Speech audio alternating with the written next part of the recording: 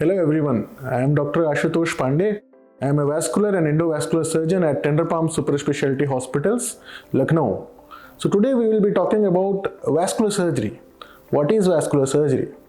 So vascular surgery is a branch which deals with arteries which carry clean blood in the body, veins which carry away blood back to the heart, and lymphatics which are the channels present in the body to carry away proteins and water molecules. Now, there was no specialty dedicated to these systems exclusively. That's why vascular surgery evolved. So the major diseases which are seen by a vascular surgeon are in arterial system atherosclerosis, which leads to gangrene, aortic aneurysm, aortic occlusion. In venous system, varicose veins, deep vein thrombosis. Then in lymphatics, filariasis, lymphedema, and ulcers related to lymphedema. And a major aspect of dialysis access, where we do everything from Paumocath, AV fistula angioplasty, AV grafts. Now the second point is how to identify who is a vascular surgeon. So vascular surgery in India is a very well organized training program. After general surgery, you spend 3 years of residency in a super specialty center, either in the form of MCH or DNB in vascular surgery. So these super specialty program in vascular surgery are spread over many colleges, and we have now approximately more than 700 vascular surgeons in India.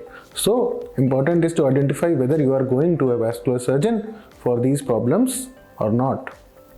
Now coming to what are the common diseases that we deal with. So in arterial diseases, what we commonly see is arterial blockage. So how to know if someone has arterial blockage?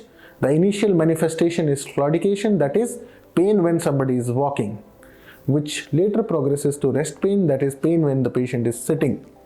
And then the catastrophic part is gangrene, that is the tissue loss. There is blackening in the fingers.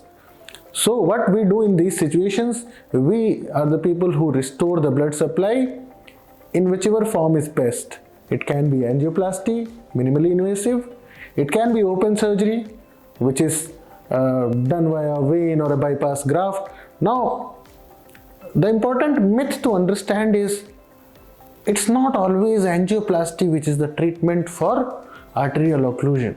So you have to understand that it has to be dealt in a case-to-case basis. There are situations where we don't do anything for these patients.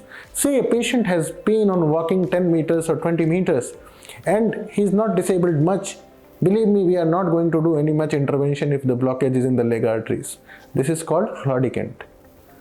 Whereas if the patient has gangrene, he's a young patient, I might prefer open bypass over an angioplasty because we need long-term results. So to cut short, we have to understand that it's not always one thing which is the treatment. You have to go to a specialist, let him decide the treatment. So don't go by the advertisements or by a Google search that you should just get an angioplasty because you have a blockage. Then comes aortic diseases, which are commonly aortic aneurysm and aortic occlusion. Again, they are dealt in both ways. One is endovascular for aneurysm, that is EVAR, and then the other one is open surgery. Both are done by vascular surgeon. They are fully trained in that. Again, the choice is based on the patient situation.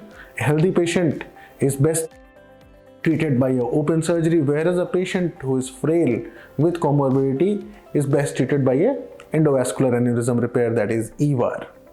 Then varicose veins. So varicose vein, again, it's a spectrum of problems which arises from just having initial cramps or visible veins to varicose vein ulcers, and the modalities also change.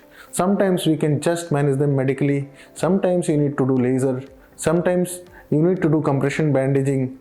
So these all are comprehensively done by a vascular surgeon. Deep vein thrombosis is a situation where there is clot in one of the veins which goes up to your heart. It causes leg swelling, and in these cases, if you reach to a vascular surgeon early, you can be comforted, the leg swelling can go away, and again the treatment modalities are different. Dialysis access means patients who are on dialysis, they need an access for blood to go into the machine and come out. And this is in the form of a fistula, Paumocath or AV graft. Now vascular surgery, why we are different? We create a fistula, we can do angioplasty in a fistula, and if complications occur, we can intervene. We do pump cath, we deal with blocked pump caths, we do pump caths in situation where there is a blockage in the central veins. Then AV grafts are done when there is no vein for fistula, and that is again done by vascular surgeon. So a comprehensive care of dialysis access again is done by vascular surgeon. Now important point is how to save one from vascular diseases. So basically most of the vascular diseases occur because of deposition of lipids in your vessels. And how does this occur? One, sedentary lifestyle. So maintain an active lifestyle. Two, if you are smoking, high time to quit it, because this is the biggest harbinger of vascular diseases. So quit smoking. If you have blood pressure and diabetes, make sure that they are well controlled and your sugars are within levels. So these are the things which will prevent development of vascular problems. Now at Tender Palm Super Specialty Hospital, we have been running this department and we have been doing all these kind of treatments. We have done aortic occlusions, we have saved legs with arteries getting cut in vascular trauma. We do a comprehensive aspect of dialysis access. We have more than 300 patients who have benefited from this program. We are doing AV grafts, angioplasties in dialysis patients very regularly. We are doing peripheral arterial bypasses, and we have served quite a number of legs who were threatened because of impending gangrene or had developed gangrene. Thank you.